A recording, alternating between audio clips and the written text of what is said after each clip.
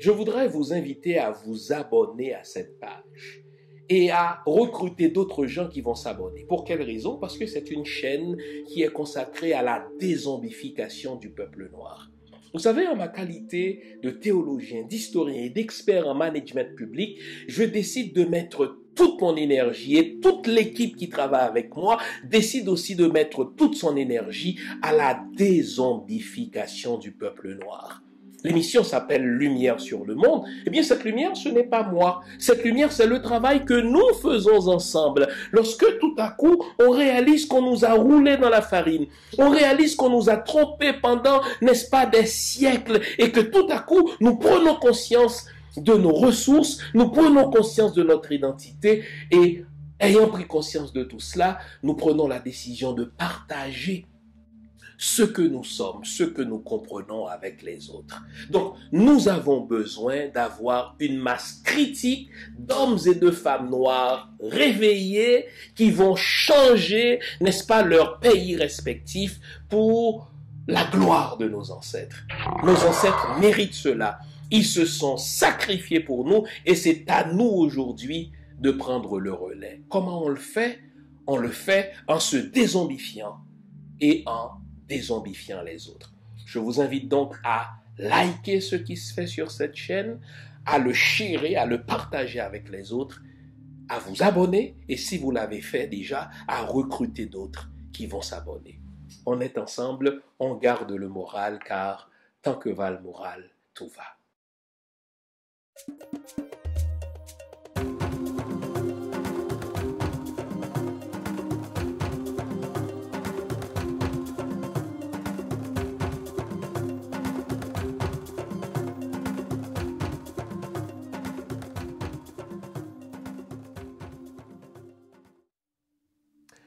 Bonjour mesdames, bonjour messieurs, bonjour le monde.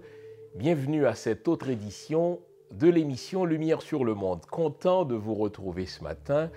J'espère que vous allez bien, j'espère surtout que vous allez passer cette heure avec nous au cours de laquelle nous allons faire de l'analyse politique. On va faire de l'analyse politique, on va faire de la communication politique. Bref, on va faire de la haute politique, comme on dit, de la stratégie politique. Vous avez entendu la nouvelle, c'est même la nouvelle qui a marqué les esprits au cours des dernières 72 heures. Quelle est-elle, cette nouvelle? Eh bien, cette nouvelle, c'est cette rumeur qui veut que l'ancien président Jean-Bertrand Aristide devienne le président provisoire pour la période de transition devant conduire à l'élection d'un nouveau président et d'un nouveau parlement. Le président Jean-Bertrand Aristide serait associé à nul autre que Fritz Jean, l'élu de l'accord Montana qui serait devenu le Premier ministre. Donc, c'est ça la nouvelle. Jean-Bertrand Aristide, pense-t-on, a été approché par la communauté internationale pour revenir aux affaires politiques à la tête du pays, donc redevenir président, mais président provisoire. Et là, il serait associé à Fritz Jean, l'économiste Fritz Jean, celui qui est issu de l'accord Montana, sauf que lui serait nommé Premier ministre. On va distinguer le vrai du faux. On va distinguer le vrai du faux dans cette affaire. Et tenez, le mot affaire vient de sortir. C'est le mot affaire qu'il faut retenir. Vous vous souvenez de cette citation de Charles Pasqua que je vous avais faite dans les dernières semaines du mois de juillet, après l'assassinat du président Jovenel Moïse.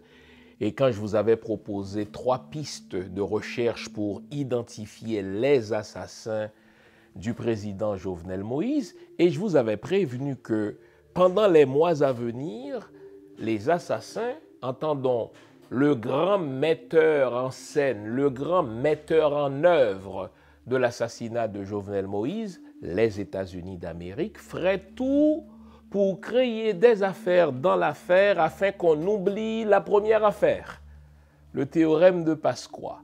Eh bien, on est dedans. On va donc faire de l'analyse politique, on va faire de l'analyse de la communication politique, on va surtout faire de la stratégie politique.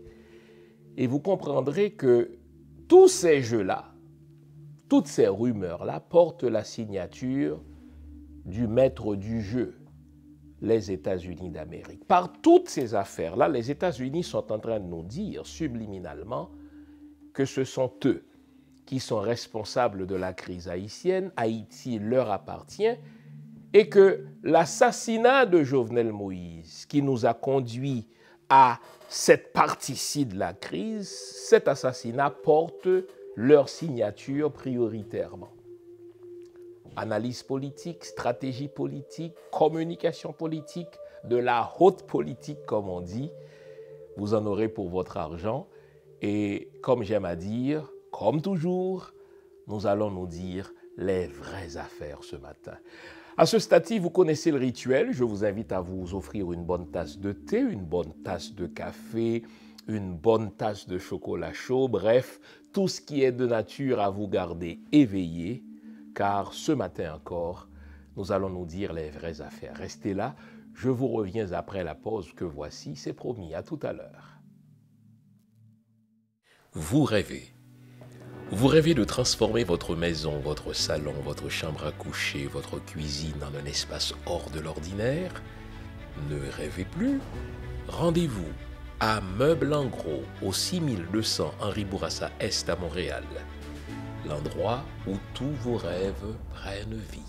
Chut, pour un temps limité, si vous nous écrivez à l'adresse qui apparaît à l'écran, nous vous communiquerons un code promotionnel secret grâce auquel vous obtiendrez 5% de réduction sur tous les meubles et matelas en magasin. Et sur présentation du même code, vous aurez droit à un cadeau personnalisé en magasin. Chut, ne le dites à personne. Bonne chance. Certaines conditions s'appliquent. Bon retour, mesdames, messieurs, à cette émission spéciale de Lumière sur le monde. Et puisque le mot affaire est tombé de mes lèvres avant la pause, eh bien, on va revenir à l'affaire. Et je vais vous rappeler ce qu'on appelle en communication politique, en relations internationales et même en stratégie politique, le théorème de Pasqua. Je rappelle pour mémoire qui fut Charles Pasqua. Charles Pasqua, c'est un ancien parlementaire français, député, sénateur, un ancien ministre aussi de l'Intérieur de Jacques Chirac, qui est surtout connu pour des expressions très colorées, très fleuries, des expressions qui paraissent spontanées, mais qui recèlent, si vous voulez, des pensées profondes qu'on enseigne aujourd'hui en sciences politiques, qu'on enseigne aujourd'hui en relations internationales, qu'on enseigne en communication politique.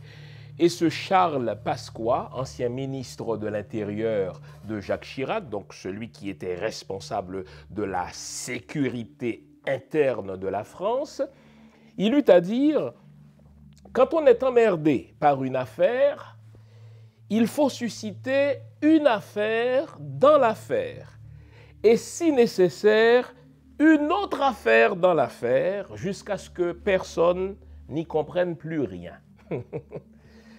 Je vais reprendre cela, parce que cette pensée de Charles Pasqua, qui fut à la fois un homme de loi en tant que législateur, mais aussi un homme politique en tant que membre de l'exécutif de Jacques Chirac, ministre de l'Intérieur, donc qui était au cœur des affaires, il nous dit que de temps en temps, comme politicien, on pose un geste, on pose une action politique qui nous emmerde parce qu'on n'avait pas nécessairement prévu toutes les conséquences ou alors on avait sous-estimé certaines réactions. Alors, quand en politique, on pose une action qui nous crée des problèmes, l'effet boomerang, eh bien, Charles Pasqua donne la recette pour s'en sortir, n'est-ce pas, d'une action politique qui nous crée des problèmes, d'une action politique qui provoque des effets non souhaités et non souhaitables. Alors il dit, quand on est emmerdé par une affaire qu'on a faite soi-même, il faut susciter une affaire dans l'affaire, donc une deuxième affaire dans l'affaire, et si nécessaire, une troisième affaire dans la première affaire, jusqu'à ce que personne n'y comprenne rien, c'est-à-dire jusqu'à ce qu'on oublie la première affaire. Au fait, ce théorème de Charles Pasqua, il est intéressant, il est pertinent, parce qu'il nous enseigne sur la manière dont on fait de la subversion des esprits, sur la manière dont on manipule une collectivité, sur la manière dont on manipule les médias, sur la manière dont on manipule l'opinion publique. Quand on est emmerdé par une action qu'on a posée et dont on n'avait pas prévu toutes les conséquences, ou plutôt dont on n'avait pas prévu les conséquences désastreuses, l'effet boomerang, eh bien, il faut se précipiter de créer une deuxième affaire par rapport à cette première affaire, peut-être même créer une troisième, une quatrième, jusqu'à ce que personne ne comprenne rien, parce qu'on aura oublié la première affaire. Cette pensée de Charles Pasqua, elle est vraie, pourvu que nous, les analystes, on oublie la première affaire. Et je vous avais promis, je me promets, par intégrité intellectuelle, de ne jamais oublier la première affaire. En sorte que quand les États-Unis nous créent une deuxième, une troisième, une quatrième affaire, de manière à nous faire oublier la première affaire qui les emmerde, je rappelle la première affaire de manière à vous aider. Et c'est mon rôle que je me suis assigné et c'est le rôle que vous m'attribuez en suivant cette émission à chaque semaine. Eh bien, je m'assigne le devoir, je m'impose le devoir de vous rappeler la première affaire de manière à ce que ceux qui nous manipulent, ceux qui font de la subversion des esprits ne s'en sortent pas si facilement.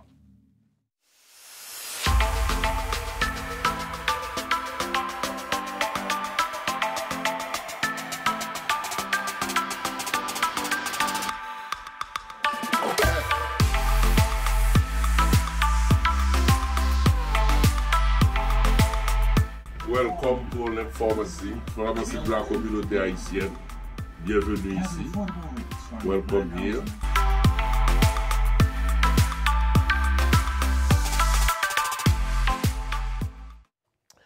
Alors, la rumeur voulant que Jean-Bertrand Aristide ait été approché par Madame Lalime. Madame Lalime, c'est le représentant des Nations Unies à Port-au-Prince, mais Madame Lalime est plus la représentante, n'est-ce pas, en l'occurrence, des Clinton. C'est une proche des Clinton.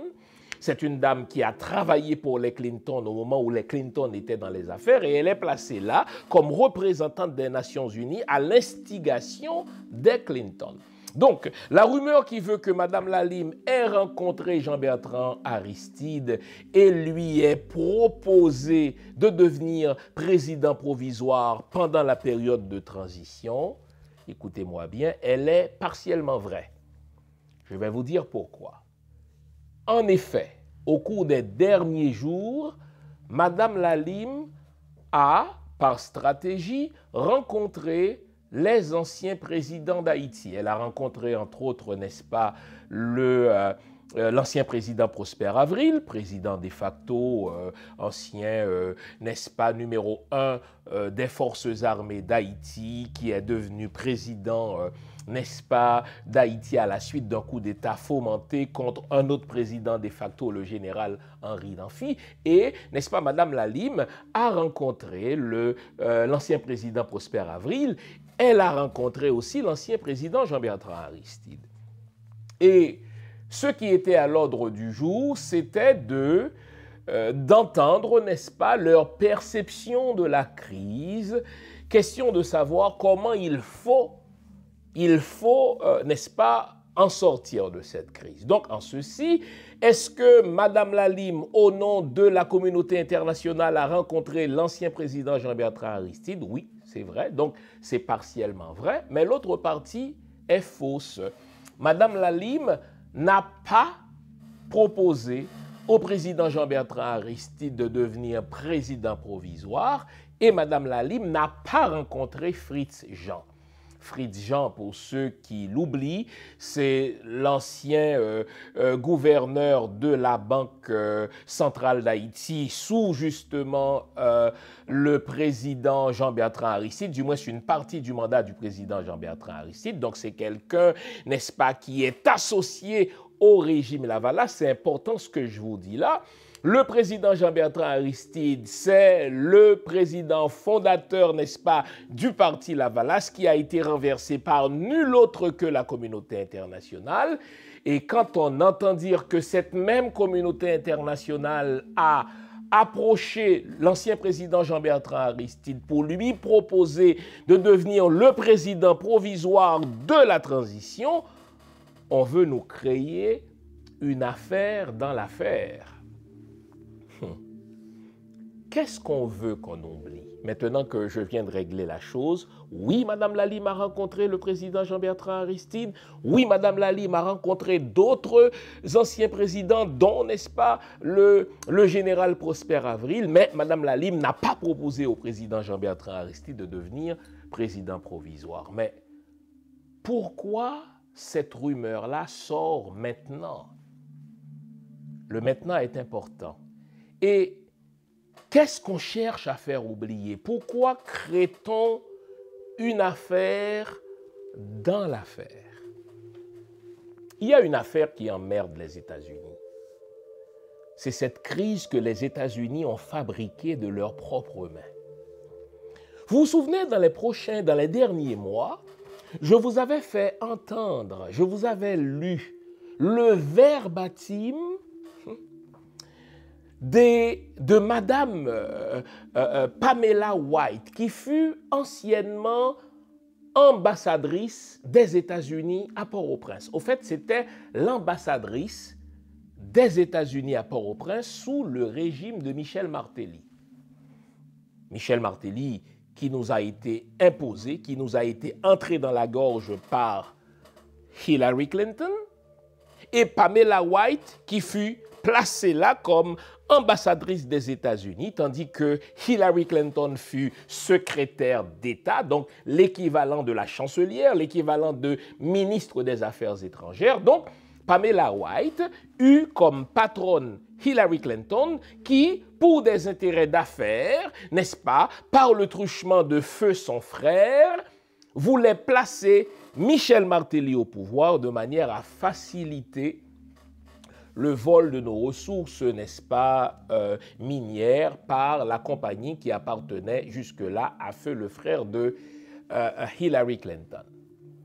Cette Pamela White qui fut ambassadrice des États-Unis pendant le mandat de Michel Martelly et qui portait, si vous voulez, le petit bracelet rose de la fondation rose et blanc de Michel Martelly. Les mauvaises langues disent, non sans aucune raison peut-être, que Pamela White copulait même avec Michel Martelly. Eh bien, c'est cette Pamela White qui fut convoquée par le Congrès américain, donc par la Commission des Affaires étrangères du Congrès américain, avant l'assassinat de Jovenel, pour s'expliquer sur la crise haïtienne. Quelle était alors cette crise? Vous vous souvenez? la constitution haïtienne dit noir sur blanc que le mandat de Jovenel Moïse avait pris fin, n'est-ce pas, de mémoire, le 7 février, n'est-ce pas, 2020, de mémoire comme ça. Et sauf que Jovenel Moïse est allé au-delà du 7 février. Donc ça avait provoqué une crise. Non seulement il n'y avait plus de Parlement, par la faute de Jovenel Moïse, à qui revenait le devoir d'organiser des élections, et il dirigeait par décret. Et les spécialistes de la Constitution haïtienne ont dit non, non seulement le président est devenu un président de facto, donc anticonstitutionnel, mais en plus il dirige par décret, n'est-ce pas, parce qu'il n'avait pas organisé d'élection à temps. Mais les États-Unis d'Amérique et la communauté internationale, entendons, n'est-ce pas, la France, le Canada, ont dit non, non, non, non, non, le mandat du président Jovenel n'est pas terminé. Et on lui avait confié 2 mandats au président Jovenel, de réformer la Constitution haïtienne, ce qui est contraire à la Constitution.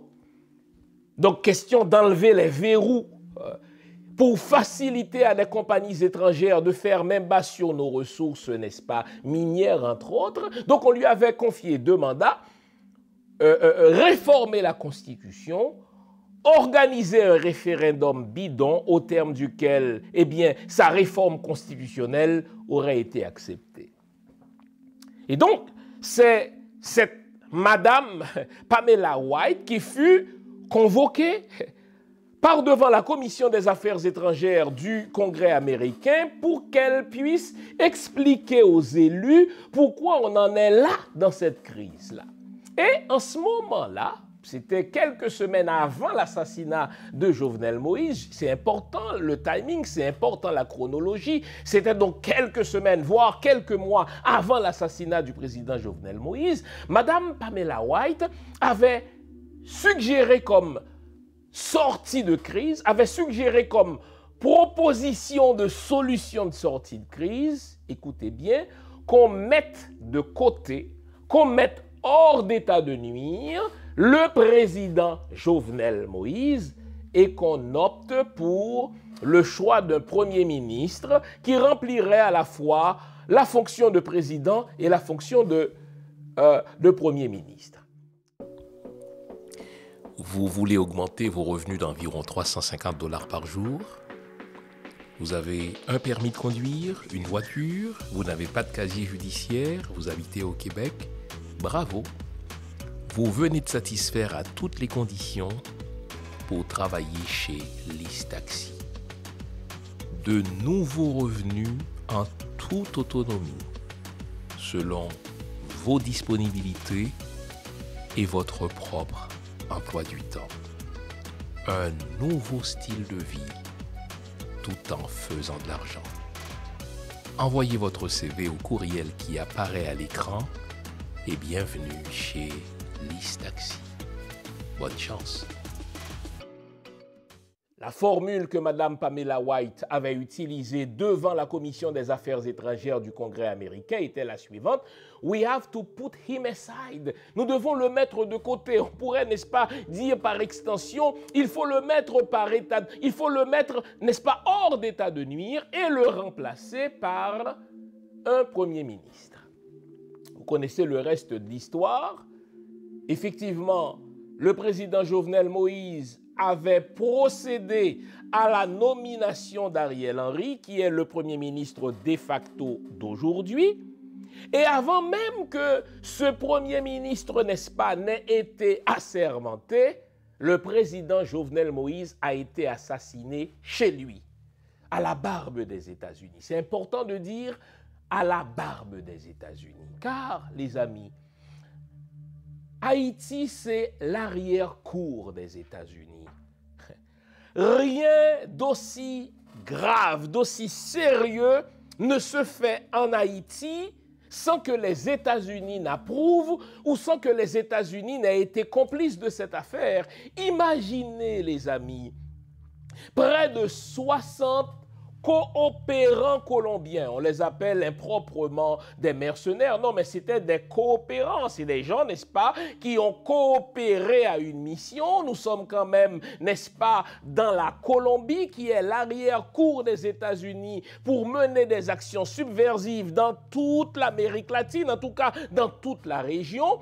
Ces 60 coopérants, n'est-ce pas, ont pu entrer en Haïti, on a pu acheter des armes pour eux et le président Jovenel a été assassiné le 7 juillet dernier chez lui avec des gens portant, n'est-ce pas, l'uniforme de la DEA. Et si vous prenez le temps de réécouter les premières vidéos qui sont sorties, n'est-ce pas, dans les heures qui ont suivi l'assassinat du président Jovenel Moïse, eh bien, les gens qui ont pris leur mégaphone pour demander à ceux qui devaient assurer la sécurité de Jovenel Moïse de ne pas réagir, ils ont dit, nous travaillons pour la DEA, nous sommes en mission au nom de l'État américain, ne réagissez pas.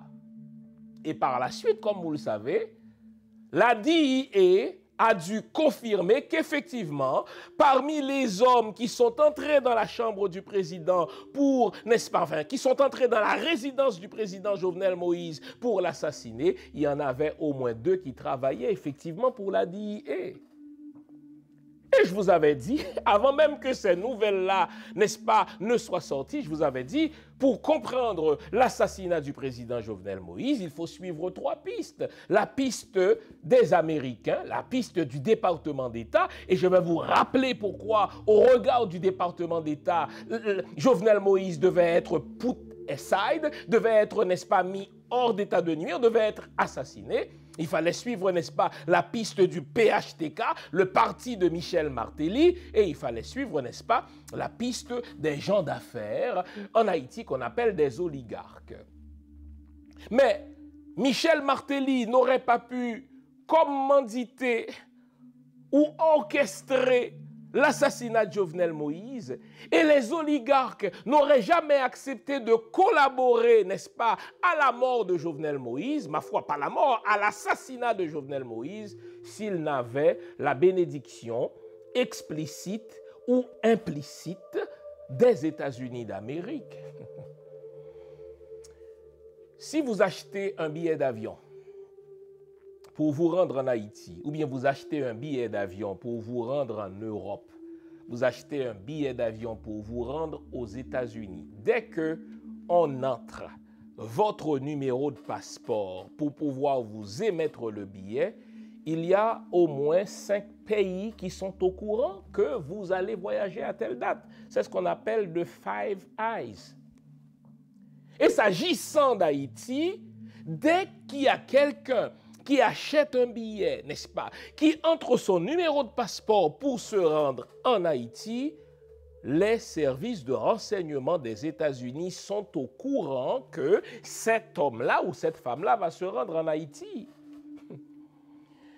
Un petit exemple, lorsque Jean-Claude Duvalier avait laissé la France pour se rendre en Haïti en passant de mémoire par la Guadeloupe, avant même que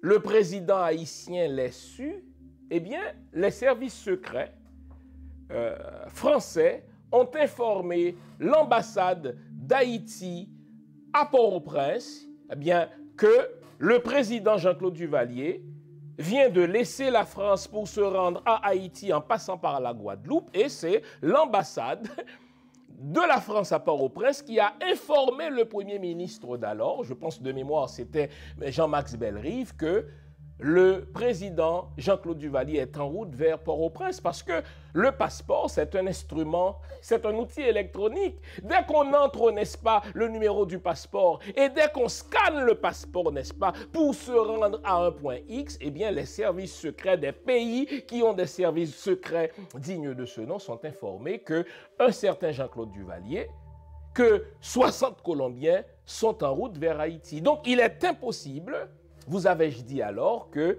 ces 60 coopérants colombiens aient laissé la Colombie. Beaucoup d'entre eux étaient des repris de justice, des gens qui étaient en prison, qui sont sortis de prison, qui ont reçu un passeport colombien pour se rendre à Port-au-Prince, les États-Unis d'Amérique étaient informés. Et autour de cette affaire, vous notez que, tandis que le président Jovenel Moïse venait d'être assassiné, vous notez que l'ambassadrice des États-Unis à Port-au-Prince était en voyage hors d'Haïti. Elle était convoquée en audience devant, n'est-ce pas, le Congrès américain. Donc tout était planifié pour que lors de l'assassinat de Jovenel Moïse, l'ambassadrice des États-Unis à Port-au-Prince n'ait pas de compte à rendre, car elle pourrait faire comme Ponce Pilate, je m'en lave les mains, je n'étais pas au courant. Mais les États-Unis ont planifié cet assassinat.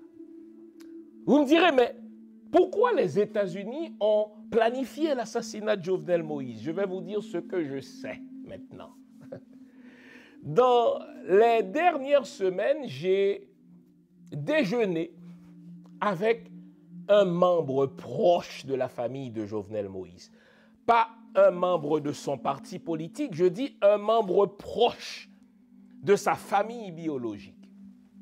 Et il m'a fait une confession. Il m'a dit, Jean, d'une certaine manière, je me sens mal dans l'assassinat du président Jovenel Moïse. Il dit, ah mais pourquoi? Il a dit, vous savez, bon, le président m'avait confié à moi le mandat de faire des démarches auprès d'autres pays pour qu'il puisse tenir sa promesse phare. Quelle a été la promesse phare du président Jovenel Moïse? Fournir l'électricité 24 heures sur 24 sur tout le territoire haïtien. 27 000 km², ce n'est pas sorcier comparé à d'autres pays, comparé au Québec par exemple, où il y a de l'électricité partout sur un territoire beaucoup plus vaste encore. Et donc le président Jovenel Moïse avait accordé à cette personne-là carte blanche pour aller voir tout pays, toute compagnie, toute puissance étrangère pouvant l'aider à inscrire dans la glaise du réel cette promesse phare. Et c'est ainsi que cette personne-là, au mois de mai, s'est rendue à Cuba sous des prétextes de consultation médicale. Et de Cuba, cette personne s'est rendue, tenez-vous bien, en Russie, où elle a rencontré le numéro 2 de la Russie. Je précise, lorsque cette personne-là s'est rendue à Cuba sous les prétextes de consultation médicale et de Cuba, un avion russe est venu la chercher pour l'amener en Russie, le président Jovenel Moïse, n'est-ce pas, parlons peu, parlons vrai, n'était pas au courant de cette démarche précise. Et donc, forte des promesses de la Russie et de la Turquie, cette personne, membre de la famille biologique de Jovenel Moïse, rentre à Port-au-Prince et fait un compte-rendu des plus joyeux au président Jovenel. Et l'image que cette personne a utilisée, à moi parlant, elle a dit, Monsieur le Président, imaginez que vous avez un père adoptif qui s'occupe de tout autre enfant sauf de vous. Ce père adoptif s'occupe de la République dominicaine, il fait des investissements en République dominicaine. Ce père adoptif s'occupe d'autres pays, mais s'agissant de vous, n'est-ce pas, il ne s'occupe pas de vous, vous pataugez dans la pauvreté. Est-ce que vous n'êtes pas prêt à vous tourner vers quelqu'un d'autre pour vous donner le minimum que ce père adoptif ne vous donne pas? Et le président Jovenel, dans un réflexe humain, a dit bien sûr. Et alors, cette personne a dit au président, voilà, je viens de me rendre en Russie par, n'est-ce pas, en tout cas via Cuba, et voici les contrats que la Russie et la Turquie sont prêtes à signer pour nous fournir l'électricité en quelques mois. Écoutez-moi bien, je vous dis ce que je sais. Nouveau, bonne nouvelle, toutes les émissions Lumière sur le Monde se trouvent désormais en mode podcast. Cela veut dire que vous pouvez continuer à vaquer à vos occupations tandis que vous nous écoutez, où que vous soyez, dans votre voiture, à l'épicerie, au travail, en faisant vos courses, ou à la maison. Toutes les émissions Lumière sur le monde en français et en créole sont en mode podcast. Vous les trouverez sur Apple Podcast, Spotify, Podcast Index, Google Podcast, Amazon Music, Stitcher et les autres. Nous sommes partout en mode podcast. Il n'en tient qu'à vous. Nouveau, bonne nouvelle, Lumière sur le monde est en podcast.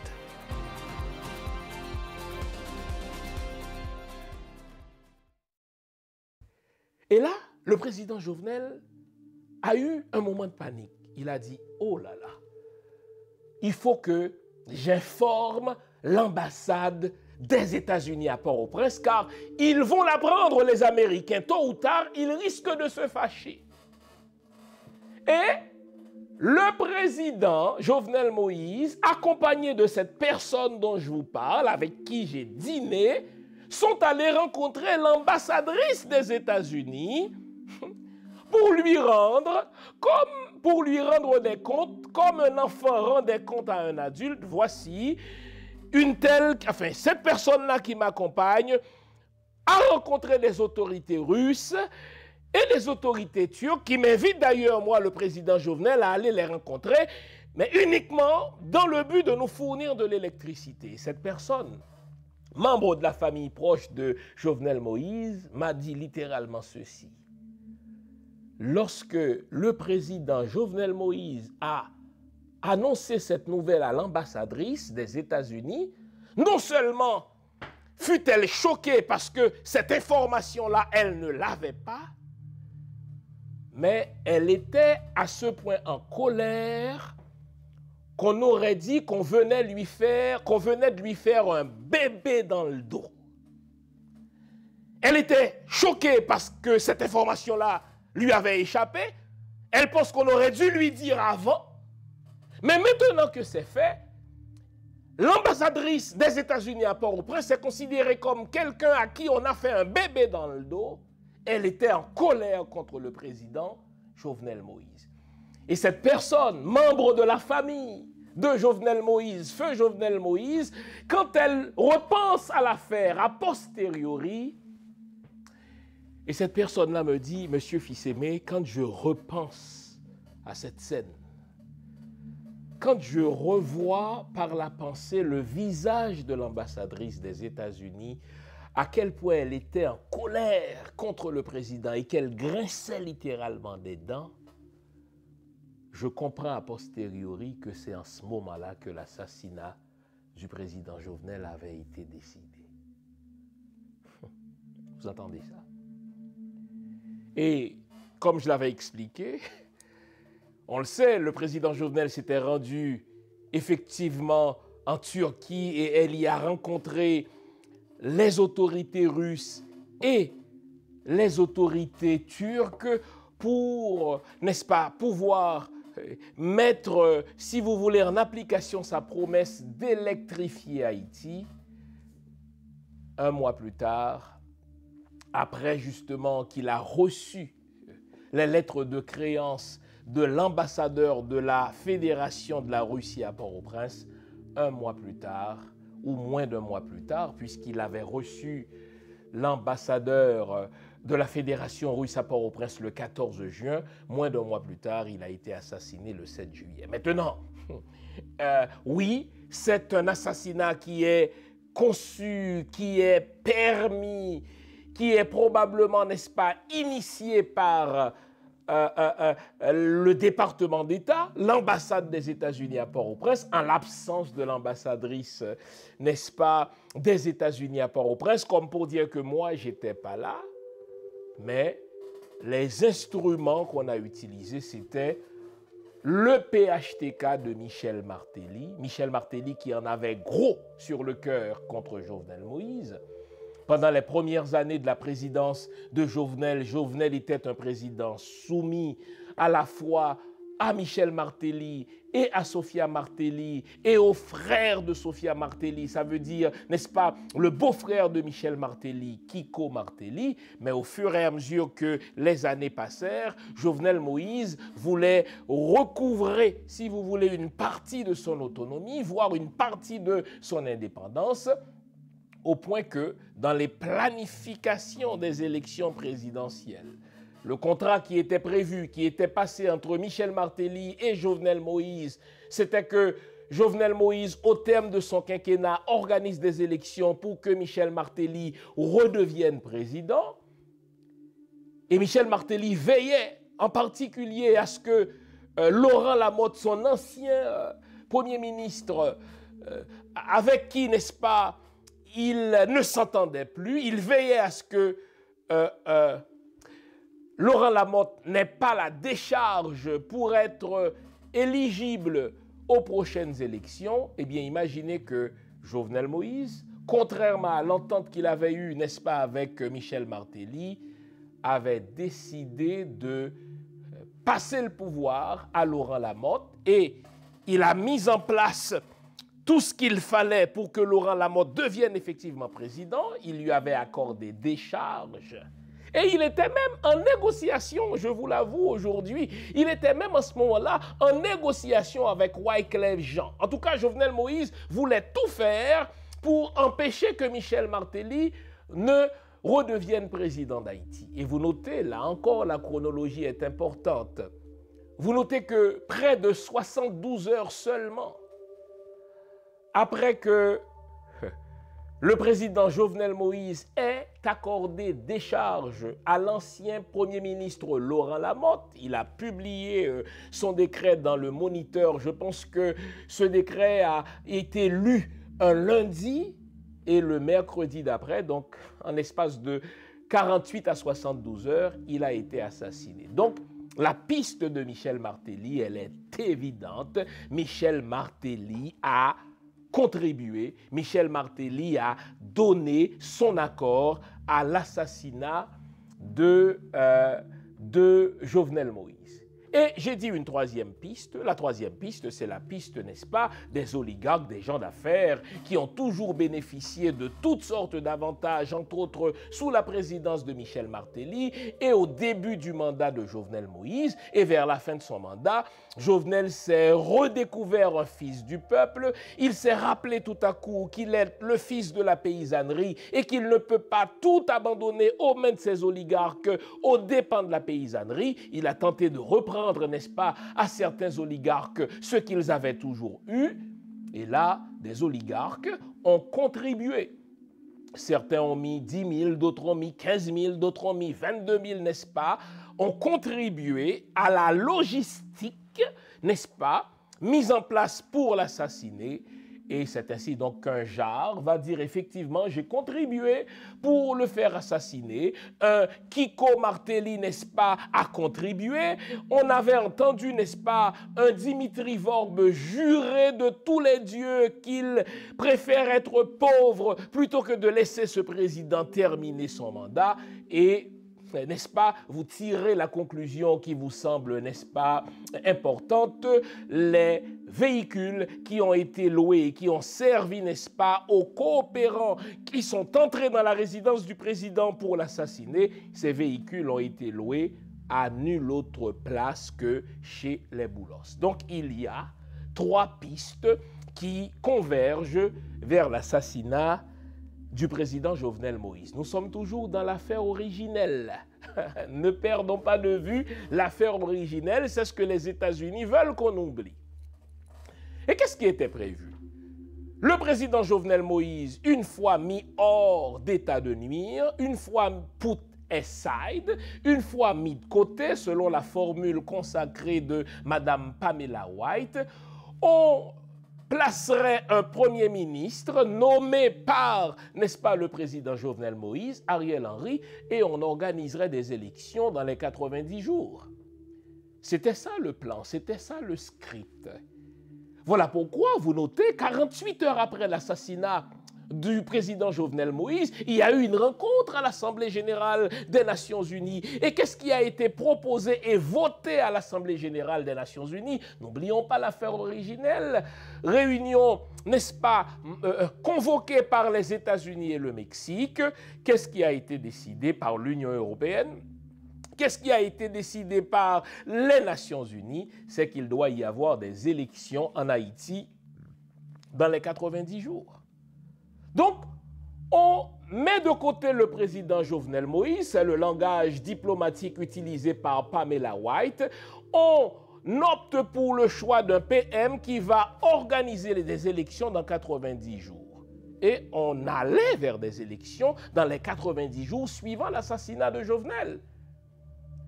Il y a eu donc ce tremblement de terre le 14 août. Vous vous souvenez, n'est-ce pas, 14 août 2021. Et là, devant le dénuement de la population haïtienne, devant cette autre catastrophe naturelle, la communauté internationale a dit, écoutez, il nous faut un petit peu de gêne, il nous faut un petit peu de décence. On ne peut pas leur demander d'aller en élection tout de suite. Il faut surseoir aux élections. Et c'est alors que là, la communauté internationale a pressé Ariel Henry de négocier avec le SDP, le secteur démocratique et populaire, les fameux chômeurs, n'est-ce pas, d'André Michel, les fameux chômeurs, si vous voulez, d'Edmond Supplice Basile. Et là, ils ont concocté l'accord du 11 septembre, accord au terme duquel Ariel Henry, n'est-ce pas, inclurait dans son gouvernement, jusque-là très hermétique, très monolithiquement PHTKiste, les États-Unis ont pressé Ariel Henry d'inclure dans son gouvernement des gens nommés par Moïse Jean-Charles, des gens nommés par André Michel, des gens nommés par Edmond Supplice. Ça veut dire ces chômeurs-là qui ont tout simplement besoin d'avoir leur part du gâteau et ils ont appelé ça un gouvernement d'apaisement. Et que remarquez-vous, depuis qu'André Michel mange avec le diable, c'est d'ailleurs lui qui présentait le PHTK comme le diable, depuis qu'Edmond Supplice, n'est-ce pas, mange avec le diable, depuis que Moïse Jean-Charles a, n'est-ce pas, a proposé, je crois, le ministre de la Justice et de l'Intérieur au sein du gouvernement d'Ariel Henry, effectivement, il n'y a aucune manifestation dans les rues réclamant le départ d'Ariel Henry. On a donné quelque chose à manger à André Michel, on a donné quelque chose à manger à Edmond Supplice et les autres, et Ariel Henry peut naviguer. Le mandat qu'on confie à Ariel Henry est un mandat, si vous voulez, avec 3 points majeurs. 1. Réformer la Constitution, faire sauter les verrous qui font obligation au président haïtien de passer par le Parlement avant d'accepter qu'une compagnie étrangère puisse exploiter nos ressources. Il faut faire sauter ce verrou. Et si vous regardez la Constitution qui est en chantier, la nouvelle Constitution de Jovenel Moïse, qui est aujourd'hui celle d'Ariel Henry, mais dictée par les États-Unis de Bill Clinton, n'est-ce pas? C'est une Constitution qui fait sauter les verrous, n'est-ce pas, qui impose l'obligation au président de passer devant le Parlement avant d'approuver l'entrée ou l'exploitation de nos ressources par une compagnie étrangère. Donc, premier mandat d'Ariel. Deuxième mandat d'Ariel, organiser un référendum pour faire accepter par le peuple cette constitution américaine. Et troisième mandat d'Ariel Henry, organiser des élections au terme desquelles on mettrait, n'est-ce pas, un affidé du PHTK. Sûrement pas Michel Martelly, parce que celui-ci, il est brûlé dans l'imaginaire haïtien. Sauf que plus les semaines passent, moins de crédibilité Ariel Henry a pour faire cela. Personne n'est intéressé à son histoire de nouvelle constitution. Personne n'est intéressé à son histoire de référendum pour faire approuver cette constitution et des élections avec Ariel Henry. Non merci, personne n'en veut. Les États-Unis sont donc emmerdés par l'affaire qu'ils ont créée. La première affaire, put aside Jovenel Moïse pour le punir de leur avoir fait un bébé dans le dos en se rapprochant de la Russie et de la Turquie, c'est réglé. mettre à sa place un PM, selon la formule, n'est-ce pas, de Pamela White, de PM Option, l'option du Premier ministre. Ça aussi, c'est réglé. Sauf que ce qu'on n'avait pas prévu, c'était le manque d'appétit. C'était la tiédeur de la population haïtienne pour un référendum et l'absence de la population pour de nouvelles élections présidentielles. On est mal foutu avec Ariel Henry. Et puisque Ariel Henry devient encombrant, vous l'avez vu, n'est-ce pas, cette fin de semaine, c'était le sommet des Amériques organisé par les États-Unis. Et même au sommet des Amériques, on a posé la question à Anthony Blinken, ministre des Affaires étrangères des États-Unis, donc secrétaire d'État. On a posé la question, n'est-ce pas, à Joe Biden lui-même, puisque le sommet des Amériques réunit des gens d'État, des chefs d'État élus, comment pouvez-vous ou pourquoi avez-vous invité un homme qui est à la tête d'Haïti sans aucun mandat constitutionnel? Donc, Ariel Henry devient embarrassant. Et notez bien le timing. C'est pendant l'absence d'Ariel Henry au sommet des Amériques organisé par les États-Unis que la rumeur circule fortement, à savoir qu'il y aura un nouveau gouvernement formé de Jean-Bertrand Aristide, président provisoire, et de Fritz Jean, Premier ministre. Et là, nous allons nous intéresser au timing des 3 dernières semaines. Qu'est-ce qui a marqué l'imagination ou l'imaginaire au cours des 3 dernières semaines? Ou plutôt, qu'est-ce qui a défrayé les manchettes depuis le 20 mai dernier?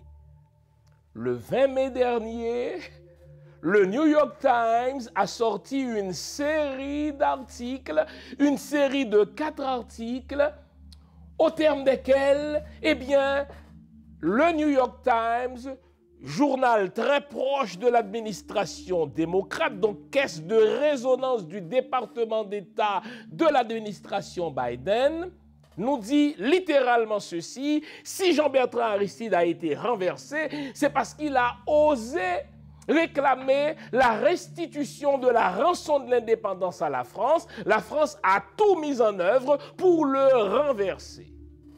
Mais si vous prenez bien le temps de lire ces 4 articles-là, eh bien, le New York Times a réhabilité Jean-Bertrand Aristide.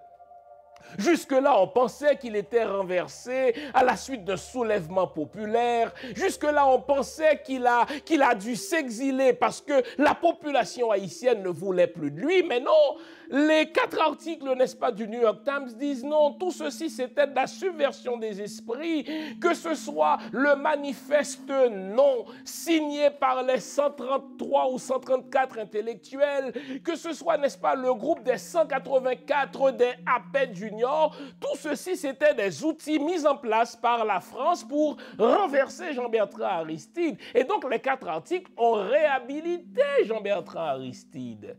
Suivez-moi bien. Tandis que la mémoire de Jean-Bertrand Aristide est réhabilitée, au point qu'on se dit tous, écoutez, il avait raison, il était un avant-gardiste. Maintenant, on le comprend mieux, presque 20 ans plus tard, on comprend pourquoi il a été renversé, etc.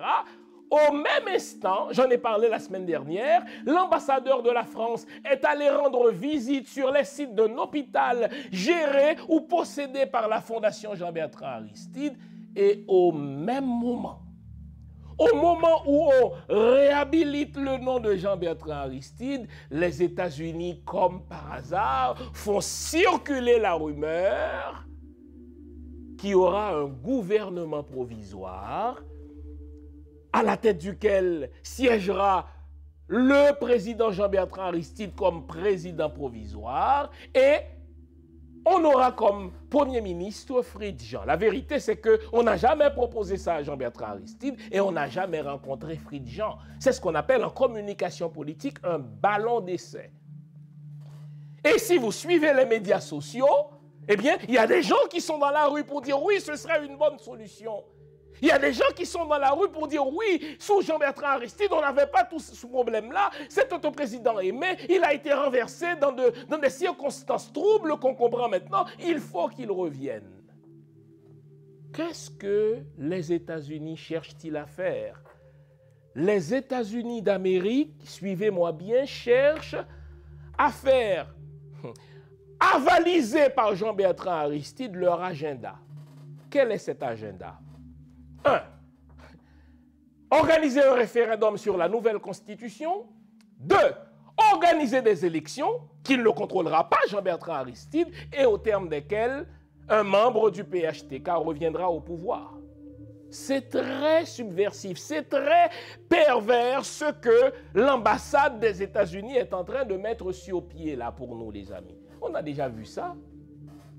En Afrique notamment, on va assassiner un président et pour faire oublier ce président, on offre la présidence provisoire à sa femme. En Afrique notamment, on va assassiner un président et pour faire oublier la mémoire de ce président ou pour faire oublier le crime crapuleux qu'est l'assassinat du président, on offre la présidence à son fils. Faisons un peu d'histoire, les amis. Lorsqu'on a renversé Jean-Bertrand Aristide par un coup d'État fomenté par la France, le Canada et les États-Unis, pour faire oublier le coup d'État de Jean-Bertrand Aristide, après cette transition de Gérard Latortue de 2 ans, qui est-on allé chercher en remplacement de Jean-Bertrand Aristide comme président élu? Suivez mon regard. René Préval, celui qui fut le premier ministre de Jean-Bertrand Aristide, celui qui fut perçu dans la population comme un dauphin de Jean-Bertrand Aristide, mais tandis que René Préval était président d'Haïti, Jean-Bertrand Aristide a tout fait pour obtenir un passeport afin de rentrer dans son pays. René Préval ne lui a jamais émis de passeport. Jusqu'à ce que cela se soit gâté entre la communauté internationale de Bill Clinton et René Préval, et à la toute fin de son mandat, René Préval, pour emmerder les États-Unis, a accepté d'émettre un passeport à Jean-Bertrand Aristide qui a pu rentrer dans son pays. C'est la même tactique. Quand on veut faire oublier l'assassinat d'un président aimé de son peuple, eh bien, on va offrir le mandat de sa succession à sa femme, à son fils ou à quelqu'un qui était considéré comme son dauphin. Pour faire oublier le coup d'État contre Jean-Bertrand Aristide, on est allé chercher René Préval et qui a tout fait pour que Jean-Bertrand Aristide ne revienne pas pendant son mandat. On avance, les amis. Et vous le savez, René Préval n'était pas nécessairement élu dans son 2e mandat, les amis. Parlons peu, parlons vrai. Il devait y avoir un 2e tour entre Leslie Maniga et René Préval. Et là, tout à coup, les États-Unis, la communauté internationale a dit, écoutez, puisque René Préval a une certaine longueur d'avance sur Leslie Maniga, on n'a même pas besoin d'organiser un second tour. Et contrairement à la loi électorale haïtienne, on a nommé René Préval à l'instigation des États-Unis président pour remplacer et faire oublier Jean-Bertrand Aristide. Avançons. Qui a passé le pouvoir à Michel Martelly de Bill Clinton? René Préval.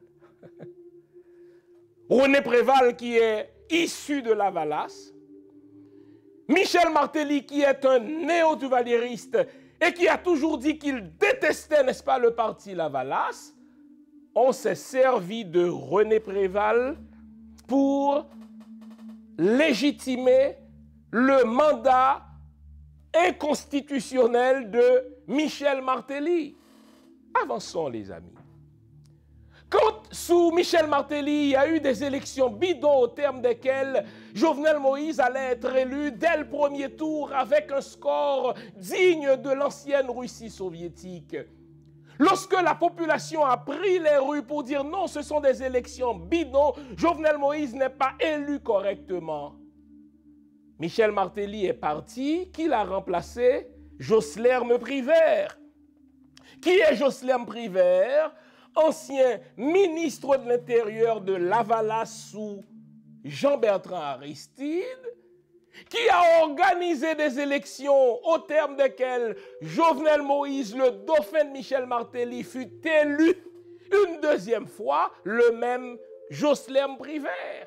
La vérité, c'est que même si un certain président organise des élections en Haïti, il n'a aucun contrôle sur les centres de tabulation. Les centres de tabulation sont respectivement aux mains de l'ambassade du Canada, qui fait partie, n'est-ce pas, du groupe mafieux des diplomates étrangers accrédités à Port-au-Prince, qu'on appelle le Corps Group. Donc, on s'est servi de Jocelyn Privert, lui-même issu du mouvement Lavalas, pour placer au pouvoir un PHTKiste, n'est-ce pas, selon la volonté américaine de Bill Clinton.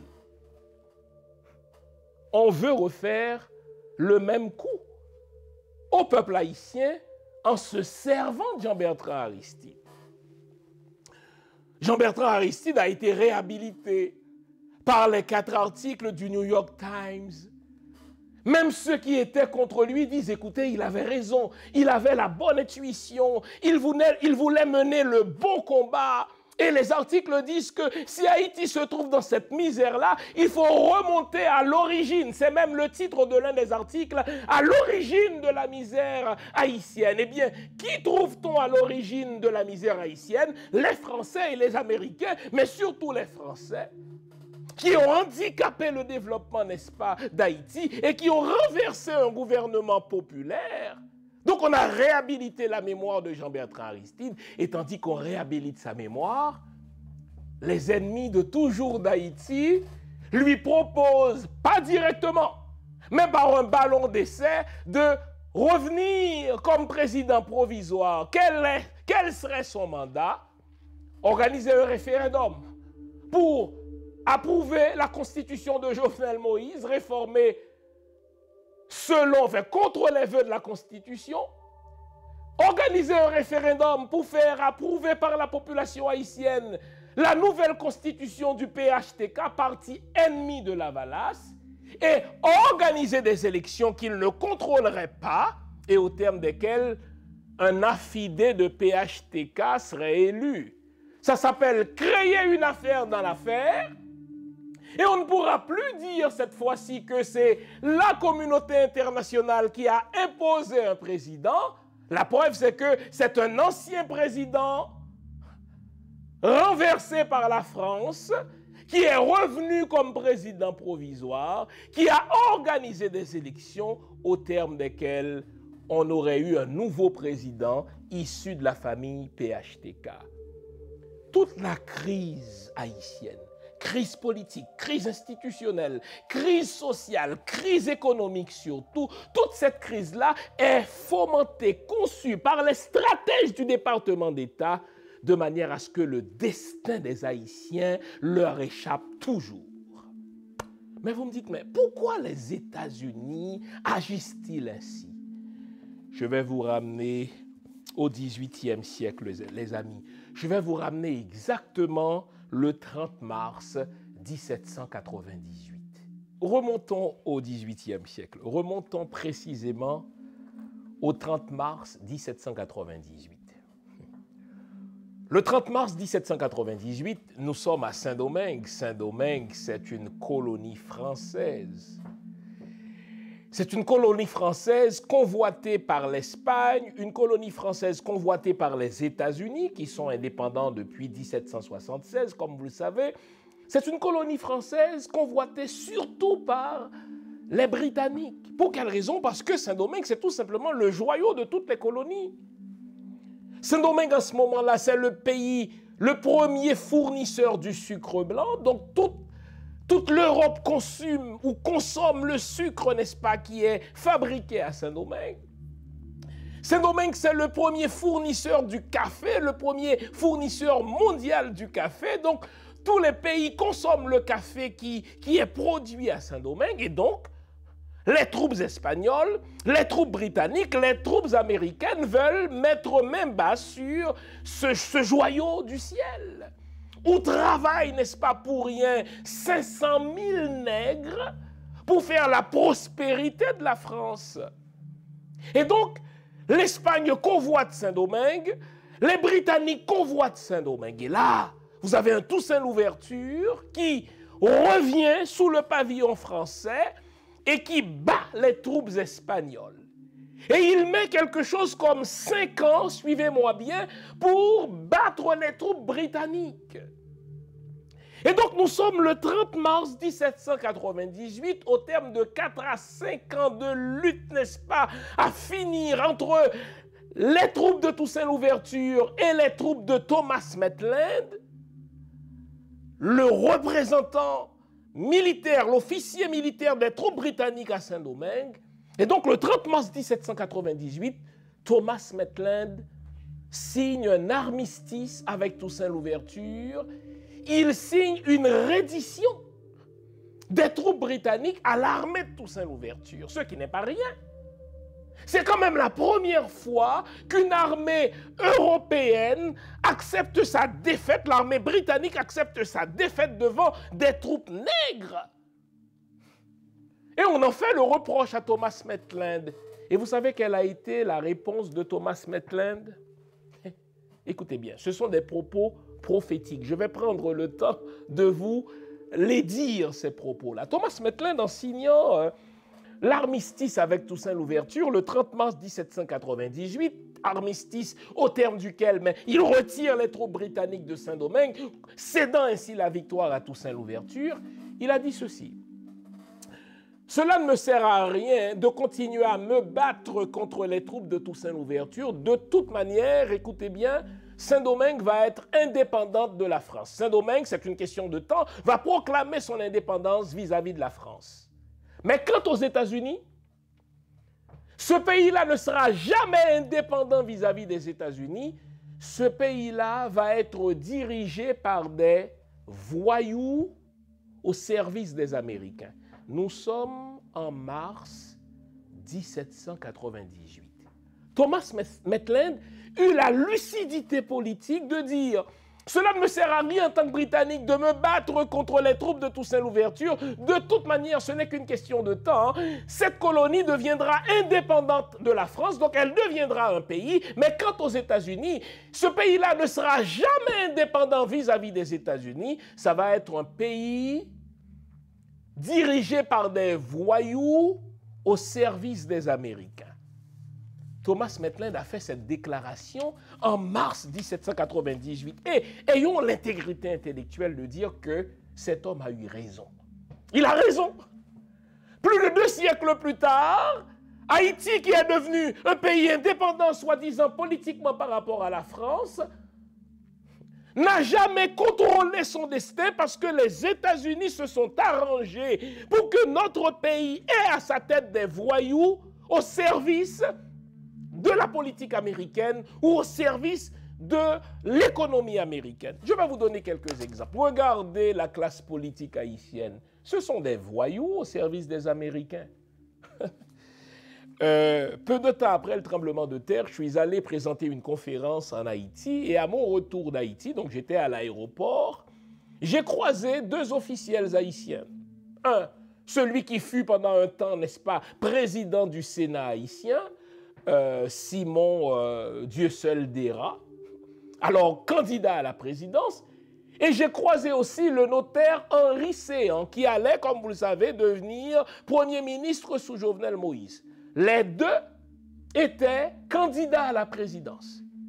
Les 2 furent convoqués le même jour par le département d'État qui allait leur faire à chacun des promesses que c'est lui que le département d'État choisit pour être président et non pas l'autre. Et le département d'État allait faire ses promesses à tous les 2. Or, le fait est qu'on ne peut avoir qu'un président. Donc, regardez la classe politique haïtienne.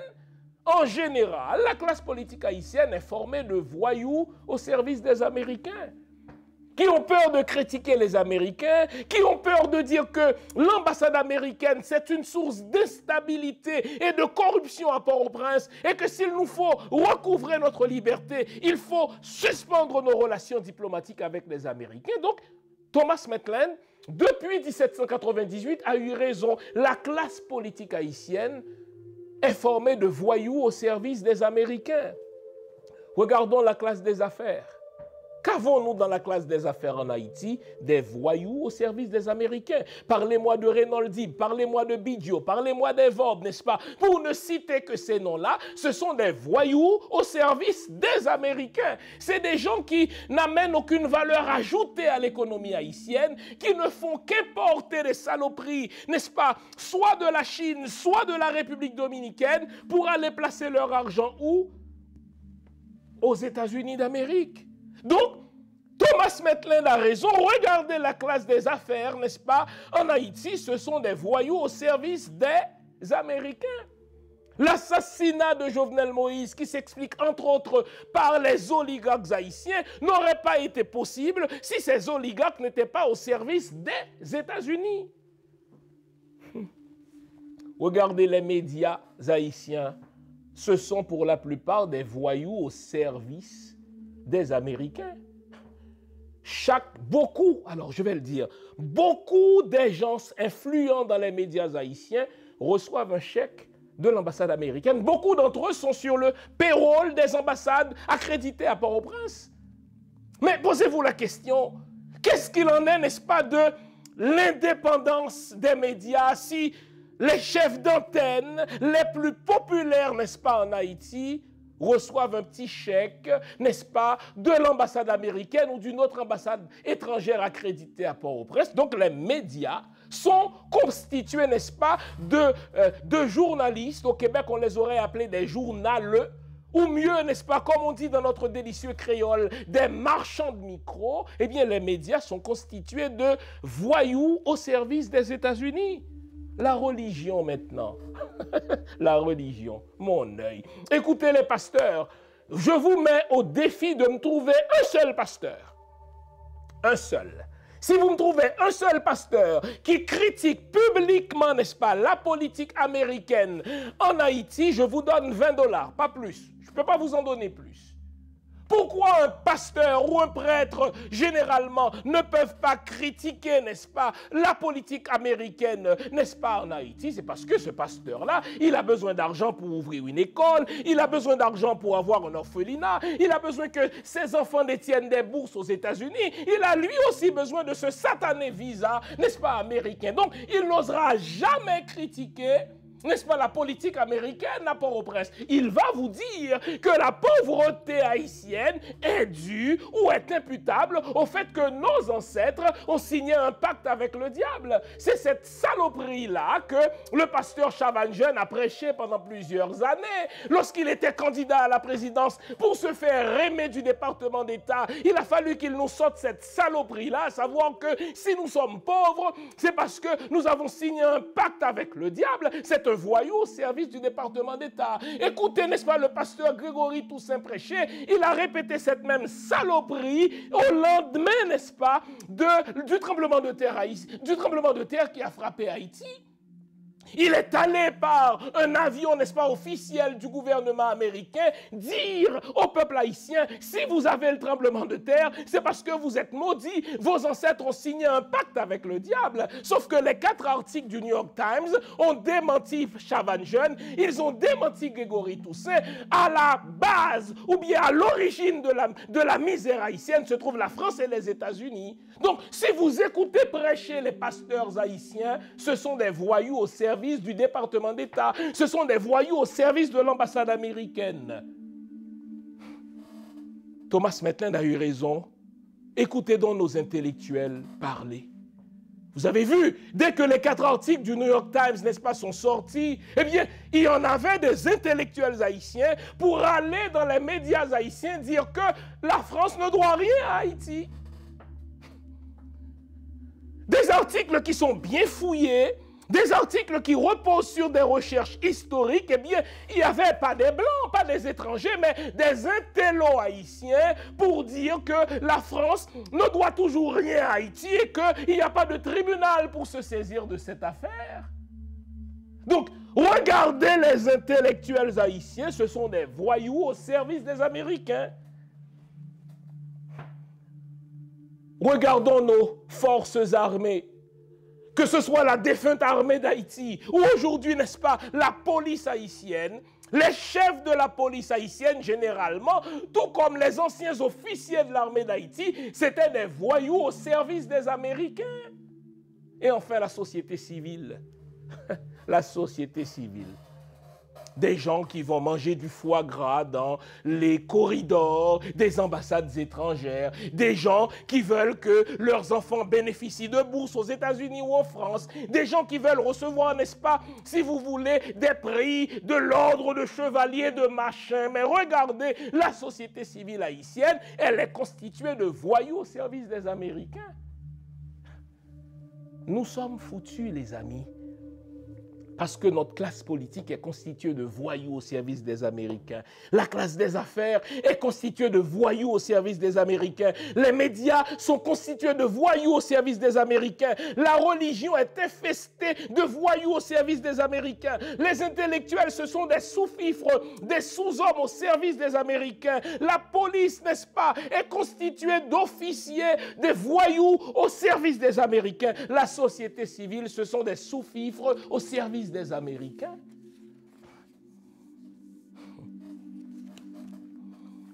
Quand je pense à la verticalité de nos ancêtres, à un Toussaint Louverture, tenez, puisque je viens de parler de lui, un Toussaint Louverture qui a chassé les Espagnols de la colonie, un Toussaint Louverture qui a chassé les Anglais de la colonie, un Toussaint Louverture qui, pour avoir tous les leviers du pouvoir à Saint-Domingue, a forcé à l'exil un Sontonax, il a forcé à l'exil un Hérouville, il a forcé, n'est-ce pas, à l'exil, n'est-ce pas, un Lavaux. Donc, des autorités nommées par la France, Toussaint Louverture les a toutes chassées. Il les a forcées à l'exil pour avoir les leviers du pouvoir dans un État qui n'était qu'une colonie.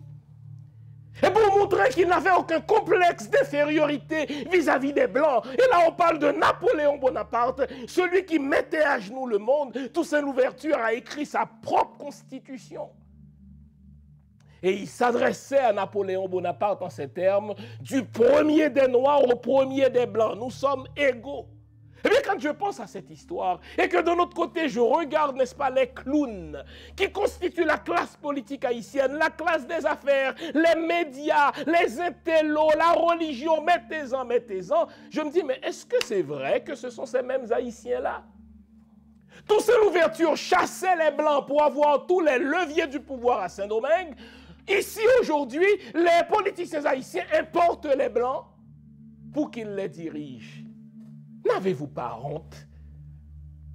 L'idée même de dire on ne peut pas avoir de pouvoir en Haïti sans l'ambassade américaine. L'idée même d'intégrer qu'on ne peut rien faire, n'est-ce pas, en Haïti sans qu'on ait l'approbation d'un petit pisseur venant du département d'État. N'avez-vous pas honte?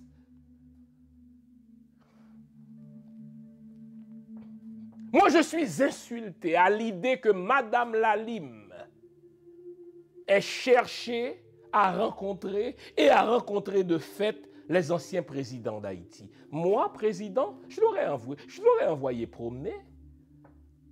Sachant que Madame Lalime, c'est elle qui avait conseillé à Jovenel Moïse de fédérer les gangs.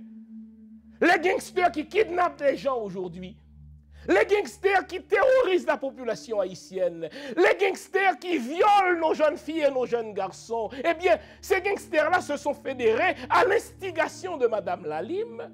Que Madame Lalime ait pu rencontrer les anciens présidents, c'est honteux. Cette fameuse blancomanie pathologique dont souffrent, n'est-ce pas, justement, nos élites politiques, nos élites d'affaires, nos élites intellectuelles. C'est pour ça que je les emmerde, toutes ces élites-là. Que Mme Lalime ait réussi à rencontrer le président Jean-Bertrand Aristide ou à rencontrer, n'est-ce pas, l'ancien président Prosper Avril, c'est honteux en soi. Vous n'avez pas de compte à rendre à Mme Lalime. Mme Lalime n'a pas d'affaire à vous consulter pour savoir comment sortir le pays de la crise, parce que Mme Lalime a créé la crise. Et en tant qu'étrangère, je n'ai pas de compte à lui rendre.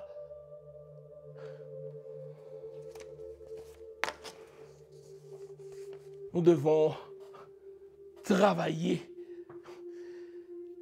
à l'émergence d'un nouvel être haïtien. Nous devons travailler à une nouvelle classe politique qui ne soit pas constituée de voyous au service des Américains. Une nouvelle classe des affaires qui ne soit pas constituée de voyous au service des Américains. Une nouvelle classe de journalistes ou d'hommes et de femmes de médias qui ne jurent pas, n'est-ce pas, qui ne vivent pas pour le foutu visa américain. Nous devons travailler à une spiritualité véritablement nègre qui ne soit pas constituée de pasteurs ou de prêtres, des voyous au service, n'est-ce pas, des Américains. Des voyous en soutane, comme le dit, n'est-ce pas, Bilolo Congo. Nous devons travailler à l'émergence d'intellectuels qui se définissent d'abord comme haïtiens et non comme des Français à peau noire, qui ne jurent qu'à avoir, n'est-ce pas, des prix littéraires de la France. Travailler pour que nos policiers servent et protègent vraiment, selon leur devise, protéger et servir. Travailler pour qu'il y ait une nouvelle société civile qui veut le bien-être de tous. En terminant, je voudrais citer les propos ô combien prophétiques de feu le sociologue haïtien Hubert de Ronceret qui déclara le 22 février 1972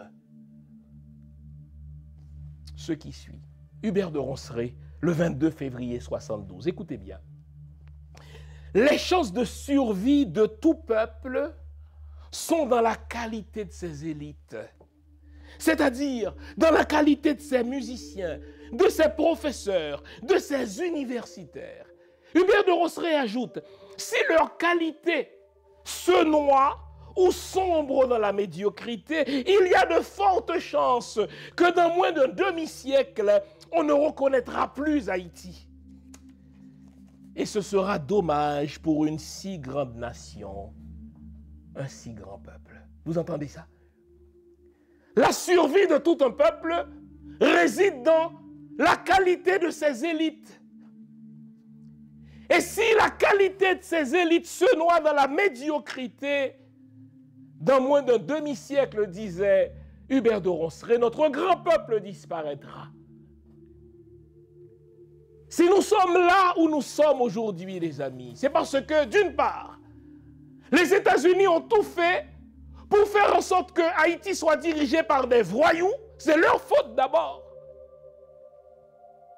Mais si nous sommes là aussi, c'est par la faute de ces voyous. Voyous dans la classe politique, voyous dans la classe des affaires, voyous dans la religion, voyous dans les médias, voyous dans la classe des intellectuels, voyous dans la société civile.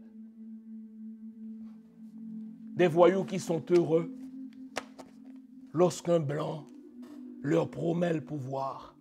Des voyous qui sont heureux lorsque l'ambassade américaine leur donne le visa. Des voyous qui sont heureux de piller leur pays, de saigner à blanc leur pays pour aller déposer leur argent aux États-Unis. Alors, revenons au sujet. Cette rumeur selon laquelle on propose la présidence provisoire à Jean-Bertrand Aristide, c'est pour créer la diversion, c'est pour créer la subversion des esprits et pour faire oublier cette première affaire qui emmerde les États-Unis. Puissions-nous être conscients de ce jeu pervers dans lequel la communauté internationale, c'est-à-dire les États-Unis, la France et le Canada, nous plongent. Et puissions-nous faire de nous des Toussaint Louverture qui chassons les Blancs, qui chassons les Américains, qui chassons les Français, qui chassons les Canadiens, qui chassons le corps groupe pour retrouver les pleins pouvoirs de notre destin. J'espère vous avoir été utile. Gardons le moral, car tant que va le moral, tout va. Retrouvons notre lucidité et ne nous laissons plus piéger une fois de plus, une fois de trop, par les Américains qui veulent un bouc émissaire pour avaliser leur saloperie dans notre pays. Reprenons en main notre destin, reprenons notre pays et, je le répète, coupons nos relations diplomatiques avec les États-Unis, avec la France et le Canada, le temps pour nous de remettre de l'ordre dans notre vie politique. Merci d'avoir été à l'écoute. On se retrouve la semaine prochaine pour une autre émission du même genre. Au revoir.